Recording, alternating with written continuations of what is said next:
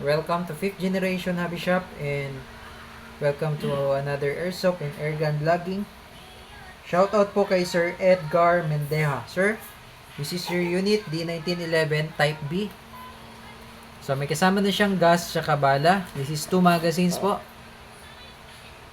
Ayan. 2 magazines, 1911 Type B, WE brand. Airsoft gun made in Taiwan. May kasama na siya owner's manual. So ito po. Ito yung isang magazine. Yung isang magazine po ay nakasalpak sa unit.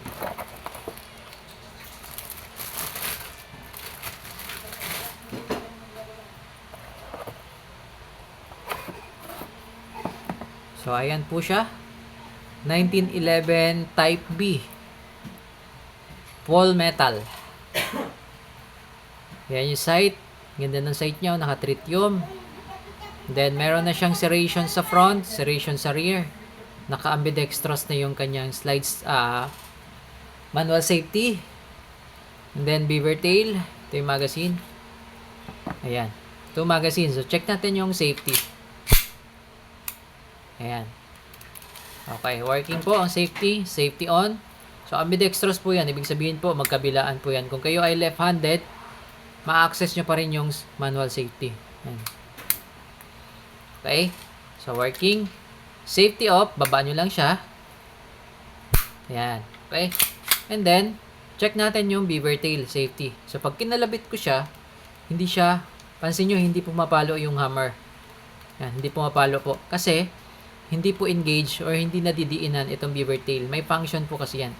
So, pag hindi siya nadidiinan, kahit anong kalabit nyo dyan, hindi siya puputok.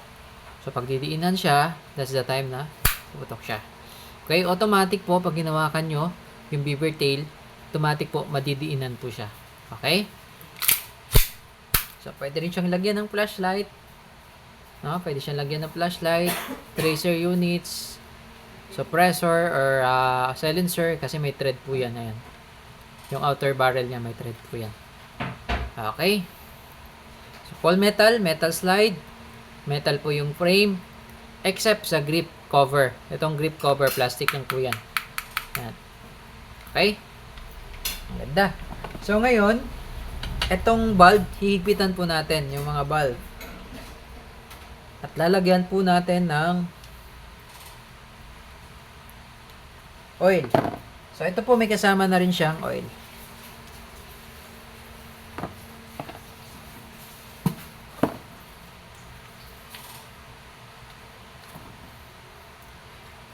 One of our bestseller, itong 1911 Type B na 2 magazines. Meron din pong Type A nito. Yung Type A, walang rail. Okay, kasi dalawa na po yung magazine. Out of the box. Dalawa na po. So, higpitan lang natin. Tamang higpit lang. Yan.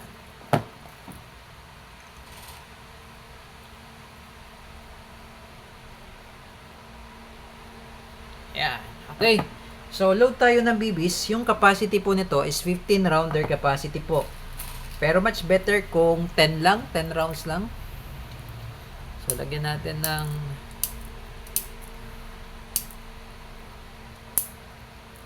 eight rounds. Para po yung spring hindi compress. Pag laging puno yan, yung spring lalambot. So, hindi maganda yun pag malambot yung spring.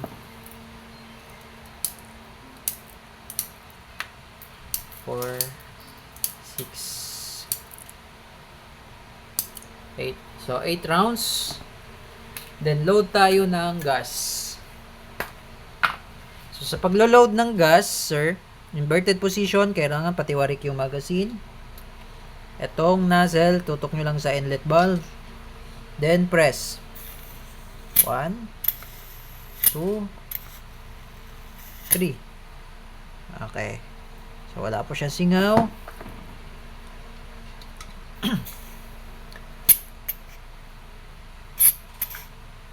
3 seconds lang po, sir. Enough na po yun. And then, pag itong magazine, pag continuous po yung gamit, normally, lumalamig po siya. Okay? So, pag malamig, that's normal po. Dahil sa gas, lumalamig talaga siya.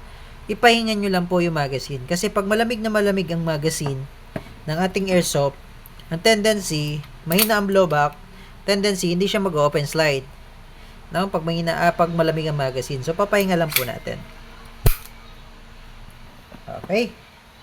So, again, Sir Edgar, testing tayo, sir. 1911, Type B. Ayan. Full metal.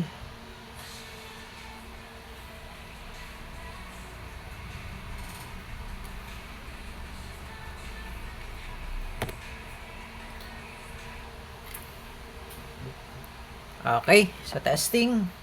Testing po natin yung dalawang magazine, sir. Okay, Sir Edgar, testing 1911 Type B, WE Airsoft Pistol. Firing.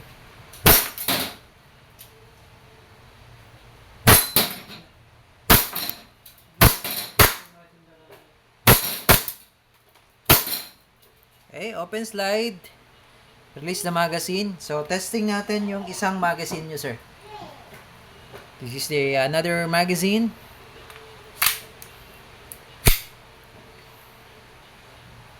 Firing.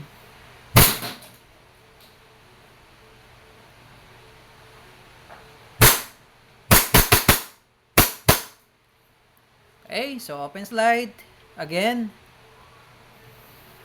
Release the magazine and then eto po, alalayan nyo po yung slide. Etong part na to, para po hindi mapudpud yung notch na yan, yung pinagsampahan ng slide stop. Ang gawin nyo po, tulak nyo ng bahagya, baba yung slide stop, then release. Okay, hammer down. Okay. So, Sir Edgar. So, again, okay na po ang inyong unit. All goods po, sir. This is the 1911 Type B Airsoft Pistol, gas blowback Airsoft Pistol ng WE.